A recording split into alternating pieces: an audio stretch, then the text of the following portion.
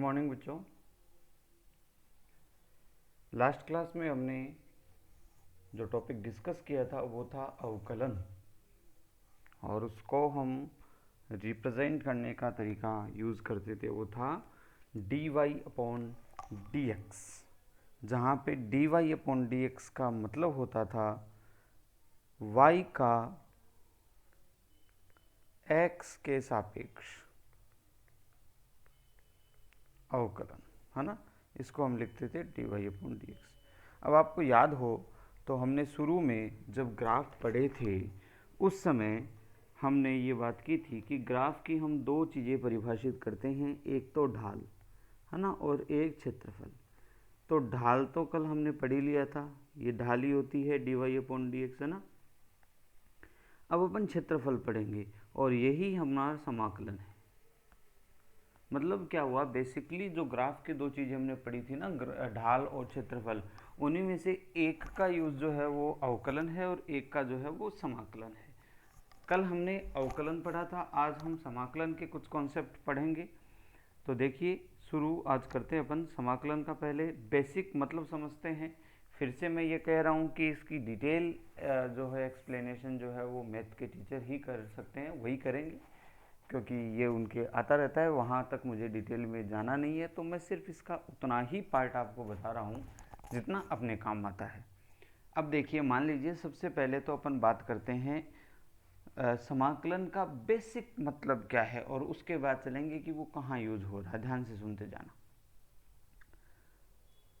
हमारे पास योग की बात करें तो दो तरह के योगफल हो सकते हैं, मतलब जोड़ दो तरीके के हो सकते हैं। आज का जो टॉपिक है वो अपना समाकलन है। इसको बंद कर देते हैं। जो टॉपिक है वो अपना समाकलन है। अपन समाकलन को ही पढ़ रहे हैं, लेकिन समाकलन को समझने के लिए पहले इधर उधर की बातें करेंगे अपन। समाकलन, इंटीग्रेशन,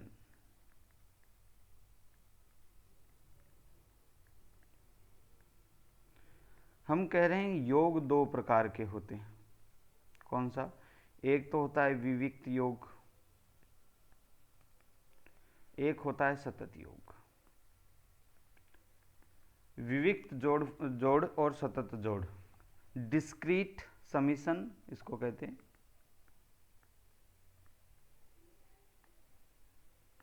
समीशन और यह कॉन्टिन्यूस समीशन, डिस्क्रीट और कॉन्टिन्यूस। विविक्त योग और सतत योग। अब इसका मतलब समझो। विविक्त योग का मतलब है टुकड़ों में जोड़ना, और सतत योग का मतलब है सतत योगफल पूरा जोड़ना। तो हो क्या रहा है भैया यहाँ पर? जैसे मान लीजिए मैं आपसे कहता हूँ कि 1 से 10 तक की 10 तक के पूर्णांकों को जोड़ो।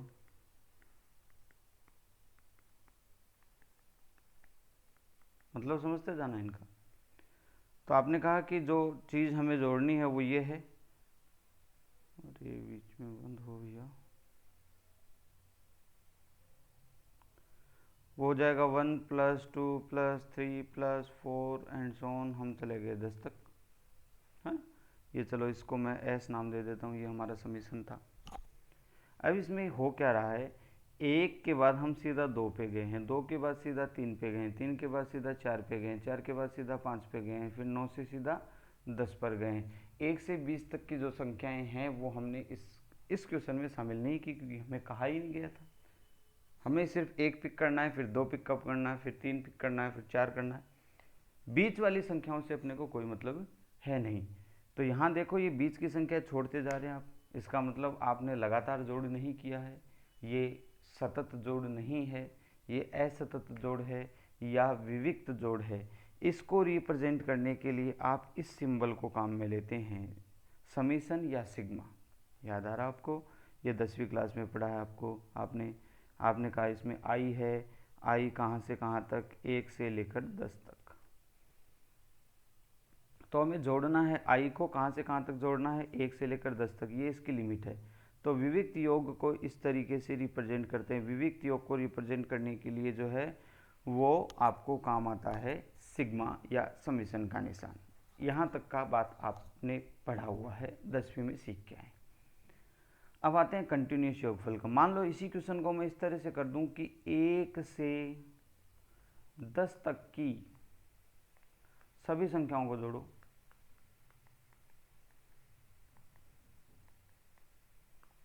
ये मैं सिर्फ एक एग्जाम्पल ले रहा हूँ, मैं इस बात की बात नहीं कर रहा कि ऐसा करना पॉसिबल है या नहीं। समझ मेरी बात? मैं ये नहीं कह रहा कि आप 1 से 10 तक की सभी संख्याओं का जोड़कर आंसर निकाल पा रहे हैं कि नहीं पा रहे हैं, ये ऐसा हो सकता है कि नहीं हो सकता। मैं सिर्फ एग्जाम्पल ले रहा हूँ कि उसने क्वेश्चन में कह दिया 1 से 10 तक की सभी संख्याओं को जोड़ो, मतलब आप 1 से सीधे 2 पर नहीं जा सकते। बीच में जो भी संख्या आ रही है 1.1 है, 1.2 है, 1.01 है, 1.0001 है, सभी सारी संख्याओं को जोड़ना, ऐसा इसने क्वेश्चन में कह दिया। अब इन दोनों में अपने को एक चीज़ जो अंतर समझ में आ रहा है, जो हमने जिसके लिए एग्जाम्पल उठाया, वो है कि पहले वाले क्वेश्चन में विविक्त योग करना था और दूसरे वाले क्वेश्चन में सतत योग करना। और सतत योग के लिए जो सिंबल काम में लिया जाता है वो सिंबल होता है ये, इस सिंबल को कहते हैं समाकलन। ये तो इसकी थोड़ी सी कहानी हो गई कि ये कहाँ से आया है। वास्तव में समाकलन क्या चीज़ है? सतत योग है किसी भी चीज़ का। जहाँ भी आपको सतत योग करना पड़ेगा वहाँ आपको समाकलन का निशान काम में लेना पड़ेगा। और खैर आगे की बातें अपन करते जाएंगे कि इसमें समाकलन कहाँ काम आ रहा है वगैरह वगैरह। तो चलिए अब अपन बात करते हैं कि अपने समाकलन कहाँ काम आया। तो ये तो इसकी थोड़ा सा इंट्रोडक्शन हो गया कि भाई इन दोनों में क्या अंतर है, समाकलन का बेसिक मीनिंग क्या है। अब चलते हैं अपन उसी ग्राफ वाली थ्योरी पर। ग्राफ वाली थ्योरी पर हम गए, हमने कहा ढाल निकालने के लिए हमारे पास तरीका है, dy/dx निकालेंगे, उसके सारे फॉर्मूले हमने पढ़ लिए। मान लो वो क्षेत्रफल निकालने के लिए कह दे तो चलिए देखिए कैसे।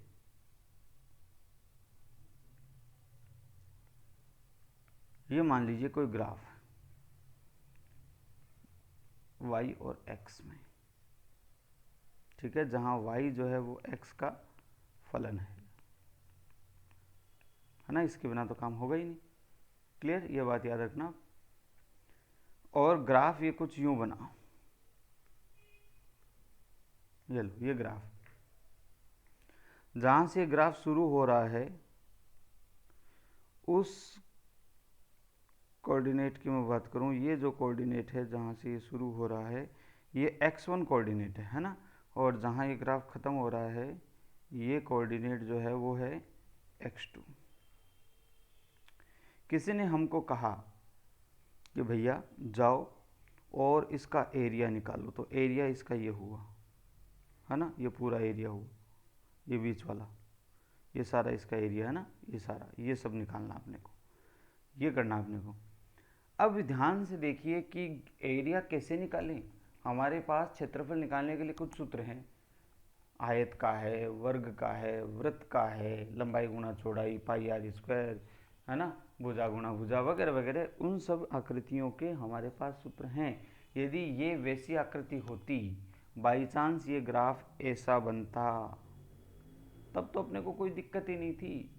हम यहाँ से शुरू करते, देख लेते इसके अंदर कितना ग्राफ बन रहा है, तो इसको दो पार्ट में तोड़ लेते, ऊपर वाला के लिए इसका सूत्र लगा देते त्रिभुज का, और नीचे वाले के लिए आयत का सूत्र लगाते, तो दोनों को जोड़ देते, अपने पास जो है वो क्षेत्रफल निकल जाता। लेकिन दिक्कत ये है भैया कि आपके पास अब जो ग्राफ बना हुआ है वो इस तरह का नहीं है, ये पता नहीं अजीबोगरीब ग्राफ है।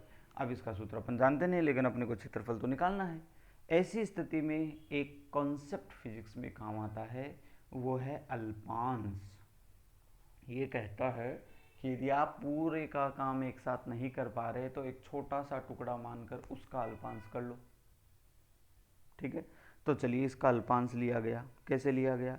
हमने यहाँ एक छोटा सा टुकड़ा ले लिया,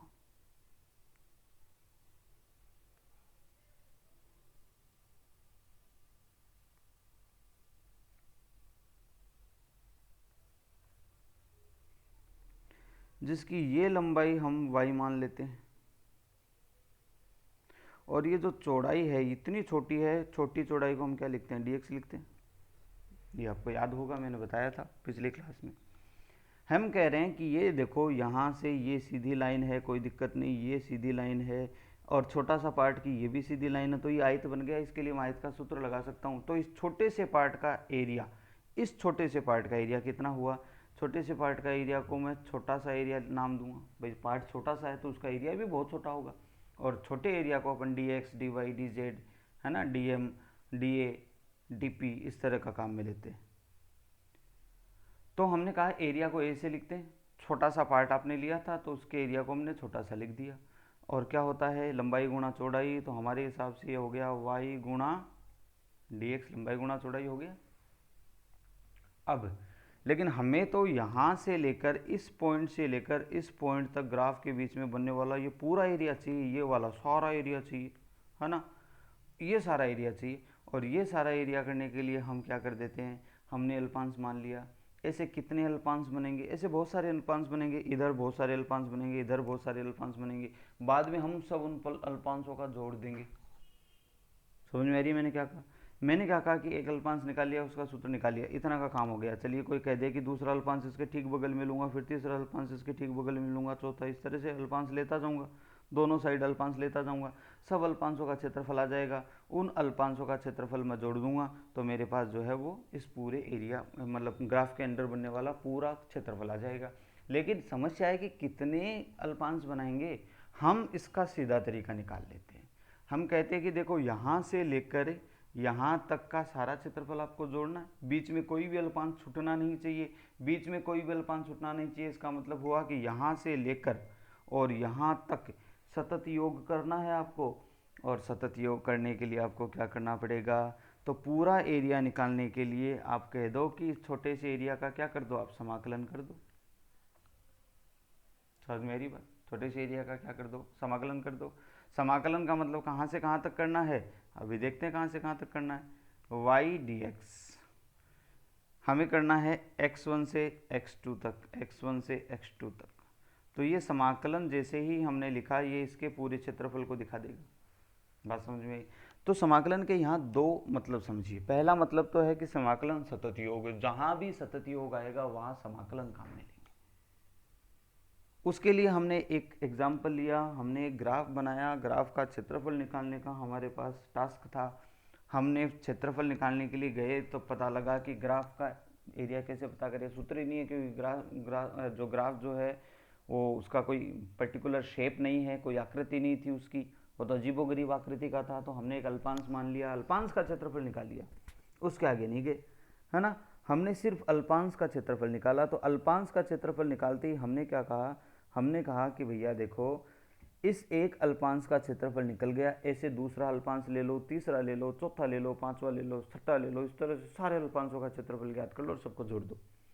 सबको जोड़ने वाली बात आते ही अपने को सबसे पहले ये देखना था कि ये सतत योग हो गया, और सतत योग हो गया तो समाकलन का चिन्ह काम में ले लो।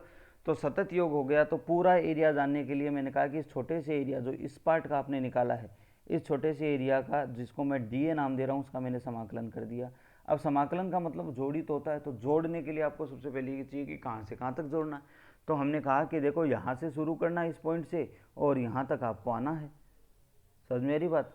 इस पॉइंट से शुरू करना और इस पॉइंट तक आपको आना है। तो ये हो गया वाई डी एक्स,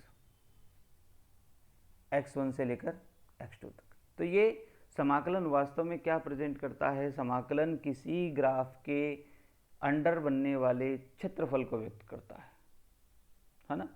और अवकलन किसको व्यक्त करता है, किसी ग्राफ की ढाल को व्यक्त करता है। समझ में मेरी बात? कोई दिक्कत इसमें? क्लियर है इतनी बात? तो ये हो गया समाकलन का मतलब। अब समाकलन जो है वो दो टाइप के हो सकते हैं भैया, एक तो निश्चित समाकलन और एक अनिश्चित समाकलन।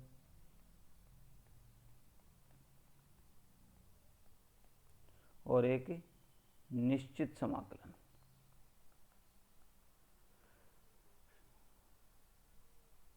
निश्चित समाकलन का मतलब हो गया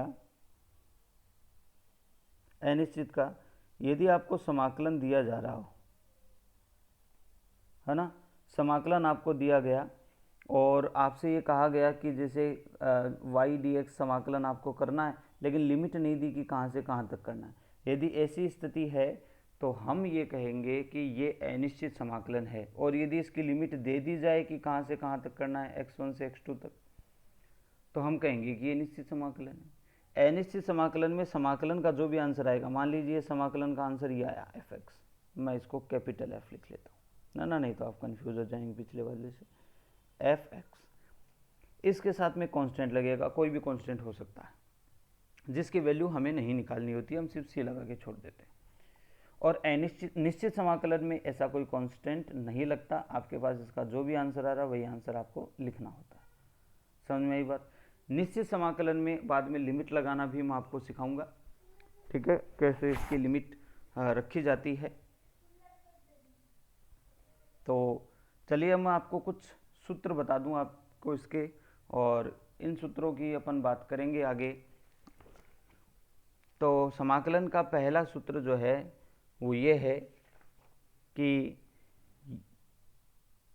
पहला सूत्र समाकलन का है, अच्छा एक चीज़ समाकलन को पढ़ने के लिए ध्यान से सुनना, जैसे हमने कहा कि y dx है ना, इसका मतलब y का समाकलन हो रहा है किसके सापेक्ष, x के सापेक्ष, ठीक वही है dy अपॉन dx। इसको कैसे पढ़ते थे, y का अवकलन हो रहा है किसके सापेक्ष, x के सापेक्ष। उसी तरह से समाकलन को पढ़ेंगे, किसका समाकलन हो रहा है, y का किसके सापेक्ष हो रहा है, x के सापेक्ष, है ना। और जिसके सापेक्ष होता है लिमिट भी उसी की आती है।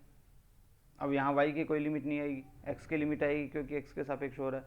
चलिए अपन इसके सूत्र पढ़ते हैं। इसका पहला सूत्र है, यदि इंटीग्रेशन ऑफ a dx, मतलब इंटीग्रेशन हो रहा है, पहली बात तो मैंने इसकी लिमिट नहीं लगाई, इसका मतलब ये अनिश्चित समाकलन है ना। अनिश्चित समाकलन में कांस्टेंट लगेगा, और निश्चित समाकलन यदि हो तो कांस्टेंट नहीं लगेगा। निश्चित की बात भी आगे करेंगे, पहले सूत्र समझिए सारे। तो a dx ये हो गया, किसके सापेक्ष हो रहा है, dx के सापेक्ष हो रहा है। तो पहले तो ये ध्यान से सुनो कि कोई कांस्टेंट होता है वो बाहर आ जाता है। अब ये बचेगा इंटीग्रेशन ऑफ dx, है ना, और इंटीग्रेशन ऑफ dx बचेगा, कांस्टेंट समाकलन के भी बाहर आता है और अवकलन के भी बाहर आता है ना। अब ये dx, इंटीग्रेशन dx का होता है x, तो ये बन जाएगा ax प्लस सी। इसी तरीके से मैं आपसे प्लस सी। इसी तरीके से मैं आपसे पूछूँ इंटीग्रेशन dm क्या हो जाएगा, m हो जाएगा। इंटीग्रेशन dx क्या हो जाएगा, x हो जाएगा। इंटीग्रेशन dy क्या हो जाएगा, y हो जाएगा। इंटीग्रेशन dz क्या हो जाएगा, z हो जाएगा। इस तरह से बात समझ में आई, पहला सूत्र है ना। और इसके साथ कोई कांस्टेंट होगा तो वो बाहर आ जाएगा। और प्लस सी क्या है, समाकलन नियतांक है, अनिश्चित समाकलन के लिए लगता है, कोई दिक्कत इसमें। चलिए अब अगला पार्ट है, कुछ सूत्र। दूसरा, x की पावर n dx का सूत्र। तो ये सूत्र याद रखो, x की power n plus one upon n plus one plus C. Plus C समाकलन नियतांक है, अनिश्चित है इसलिए लग रहा है, जैसे ही लिमिट बता देगा हट जाएगा। तो ये x की पावर n का हो गया। इसके अलावा आपको याद रखना है एक तीसरा सूत्र, आप याद रखेंगे 1 अपॉन एक्स का। तो 1 अपॉन एक्स का सूत्र हो जाएगा log x प्लस सी। चौथा सूत्र आपको याद रखना है साइन x का, साइन x dx। तो ये बन जाएगा साइन x का माइनस का cos x प्लस सी, है ना। दोनों अलग है, वहाँ साइन x का cos x होता था, cos का माइनस साइन होता था, है ना। यहाँ अलग है, साइन x का माइनस cos होगा। और अपन बात करें cos x की, तो cos x dx, dx तो लगाना ही क्योंकि इसके सापेक्ष हो रहा। ये बनेगा अपने पास यहाँ पे साइन x प्लस सी। छठा सूत्र आप इसके लिए रिमेंबर रखो, सेक स्क्वायर एक्स का याद रख लो, ये भी काम आता रहता है। सेक स्क्वायर एक्स dx, इसका होता है 10x प्लस सी, है ना। अच्छा एक और इम्पोर्टेंट है, sec x 10x, sec x 10x, sec x 10x multiply में फंक्शन है, इसका जो समाकलन होता है वो होता है सेक एक्स प्लस सी। इसके अलावा आप ये याद रखो इंटीग्रेशन ऑफ ई की पावर एक्स। तो इंटीग्रेशन ऑफ ई की पावर एक्स में भी ये इंटीग्रेशन ऑफ जो है वो कांस्टेंट है, मतलब ये सेम ही रहेगा, इसमें कोई चेंज नहीं आएगा। ये ना तो अवकलन में बदल रहा होता है, ये ना ही ये समाकलन में बदल रहा होता है। अच्छा इसकी कुछ प्रॉपर्टी वगैरह भी हैं निश्चित समाकलन की, अपन बात करेंगे कल। यहाँ पे थोड़ा सा आज अपनी क्लास इसकी वजह से थोड़ी सी डिस्टर्ब है ना, थोड़ा सा पावर सप्लाई का दिक्कत है आज। तो इसका बचा हुआ पार्ट अपन जो है वो नेक्स्ट डे में कवर करेंगे। तो चलिए भैया इसको थोड़ा सा कर इसको अपन कंप्लीट करते हैं। लास्ट अपन पार्ट इसमें आप ये याद रखो कि निश्चित समाकलन की लिमिट पुट कैसे करते हैं, हाउ टू पुट लिमिट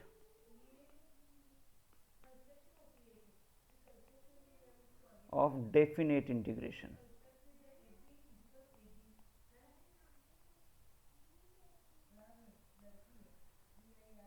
क्या हो रहा है ध्यान से सुनो, y dx आपको करना है, कहाँ से कहाँ तक करना है, a से b तक करना है।